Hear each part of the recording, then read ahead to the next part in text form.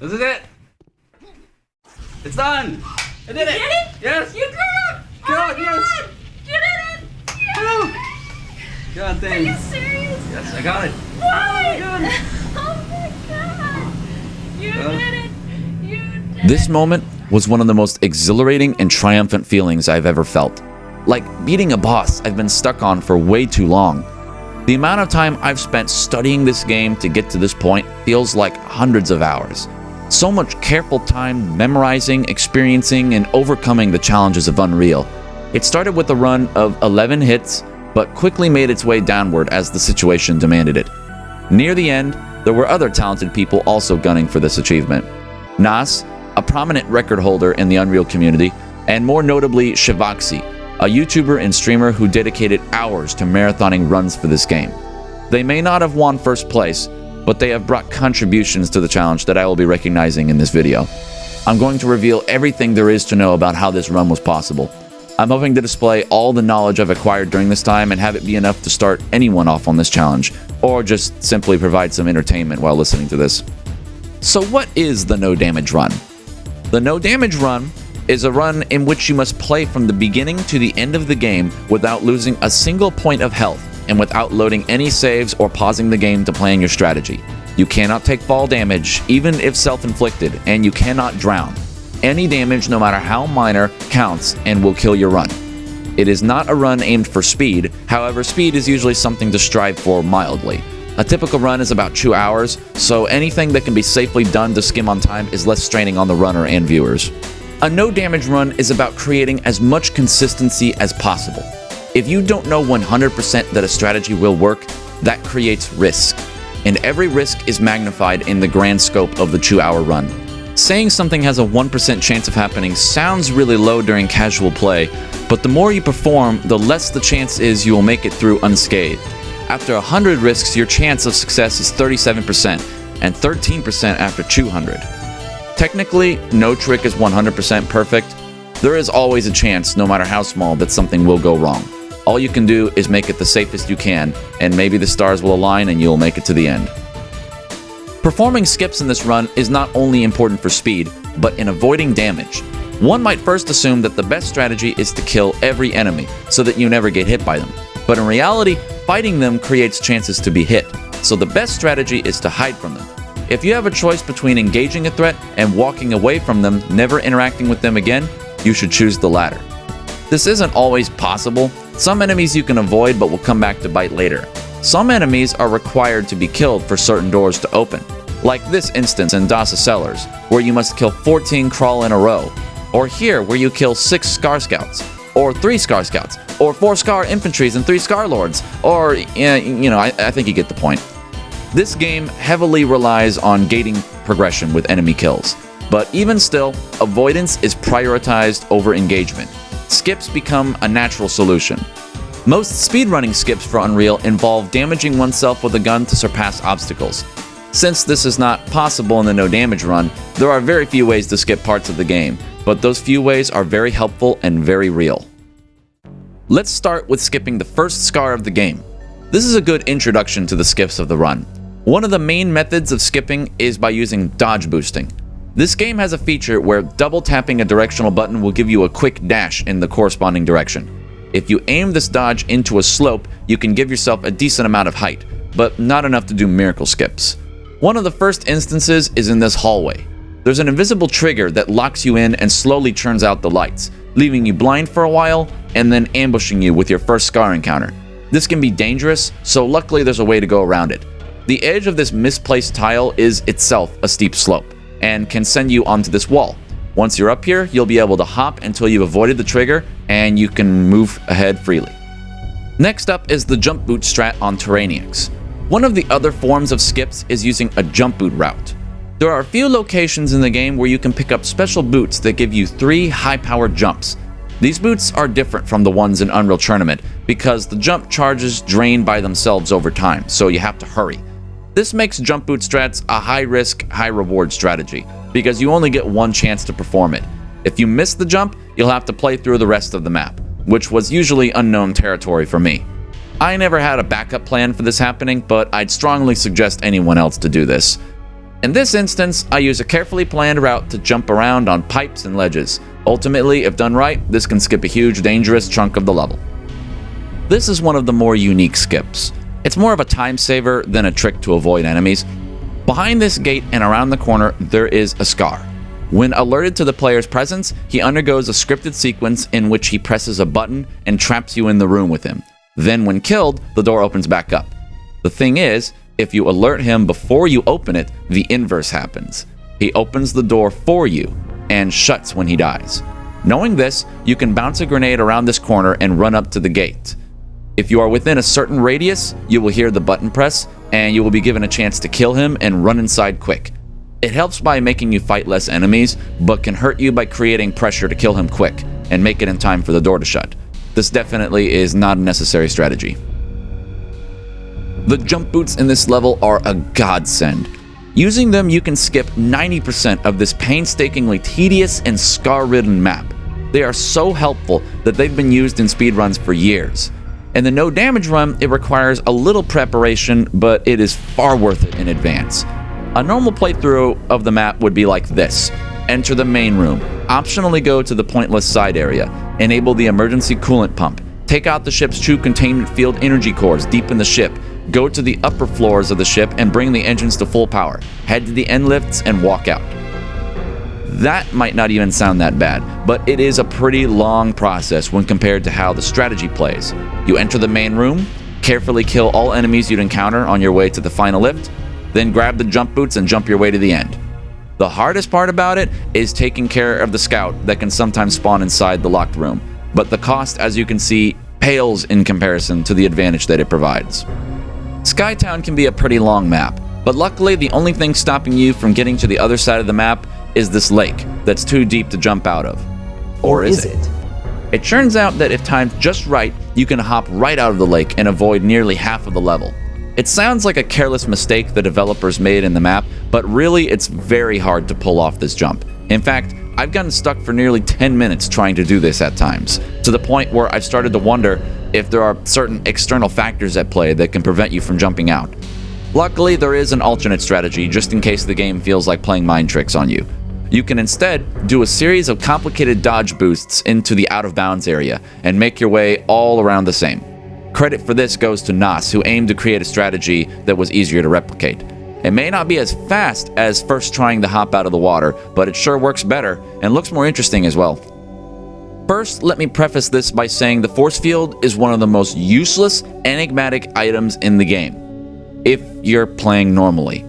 At face value, it is an unstackable, single-use item that appears 3 times in a row in the game. As its name suggests, it is obviously supposed to block you from damage, but it fulfills this job poorly. It's a 10-second hitbox that doesn't even block the game's most dangerous projectiles.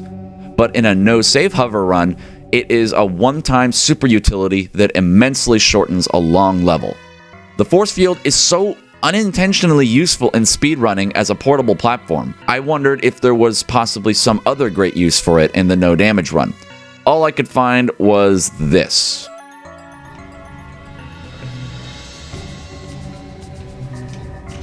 Oh, okay. This sure looks like some magic parkour, but it barely serves a purpose. It just saves a little time and prevents me from wasting some of my scuba gear swimming within the walls. I mainly only included this just because of how proud I was of this trick, but by all means, I would use it on better things if they existed.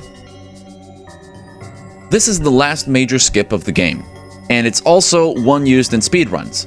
This doesn't so much save time, rather it saves you from having to fight 2 of the most dangerous enemies in the entire run, a flat cannon Skaarj and a minigun Skaarj. I'll go into detail later about why these guys are terrible. For now, just know if you grab the boots in Demon Crater and successfully navigate this stressful gauntlet quick enough all the way to the beginning of Extreme Lab, you can use it to press a button early. Honestly, performing this skip creates a lot of pressure because you have to fight respawning enemies under a time limit. I'm amazed in all my runs I haven't failed this skip yet. It's quite demanding, and I could understand not many people wanting to attempt this kind of risk. Then I want to bring some attention to a helpful bug we found that ended up not being helpful to us in the long run. 2014 is the earliest instance we found of a person showcasing this glitch. If you find a book with physics enabled, you start by knocking the book to where you want it, and standing on the book while firing at it. You'll safely fly into the air, albeit spinning at a sickening rate. Once you're at your proper height, you just have to dodge off, but this can be difficult with the rotation.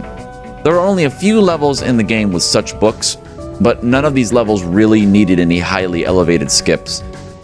The most useful place I found is right here in Nally Castle. You have to move a book to a certain location. Once it's in position, you fire your ASMD and jump at the same time. If you time it right, you'll land in the windowsill without taking damage and will have avoided several enemies. The problem with this is inching the book to the right spot takes quite a while, and if done wrong, you could potentially knock the book into the water. Or you could even mistime the jump and take fall damage. And this is the most useful instance I've found. Every other place in the game with these books has no skips in need of huge elevation, or the books are too out of the way to be reasonable. If we could carry this book to another level, that would be a different story, but for now, it's just a dud. But the most obvious skip of the game is using invisibility. This kind of skip was directly programmed and intentional by the developers. Having a good invisibility route can really help with this run. Each player might have their own preference on what enemies they wish to avoid, so I'm not going to describe my route. Instead, I will just describe how it works and the locations you can find it. For starters, invisibility is a rare item that can be activated and deactivated at will. While active, most enemies will not see you, no matter how close you are, but it does not make you quiet.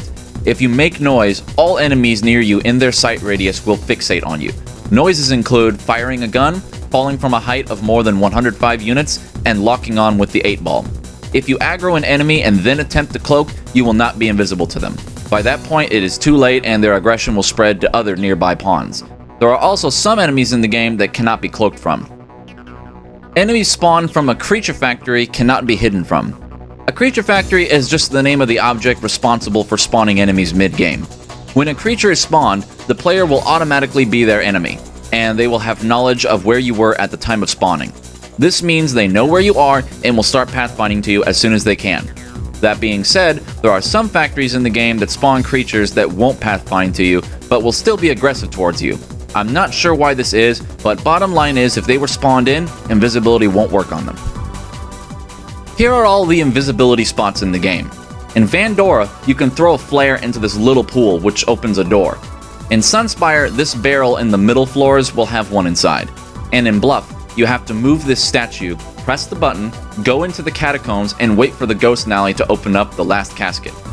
Knowing these locations will give you an idea on how to plan how much invisibility you have to use by each of these points.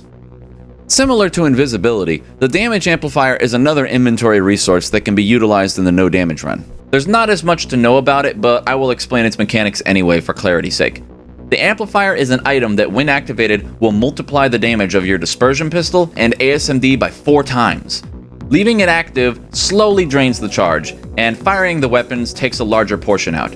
Each of the ASMD's firing modes drain a different amount. The alt fire is slightly less than the primary hit scan laser. And a good thing to note is when you use the shot combo with the amp, only one of the shots has to be amplified for the explosion to be. Knowing this, you can save charge by firing an amped shock ball, then deactivating it and firing the primary.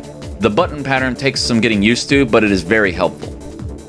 So for most Unreal players, this is just common knowledge. What makes it important to the no damage run?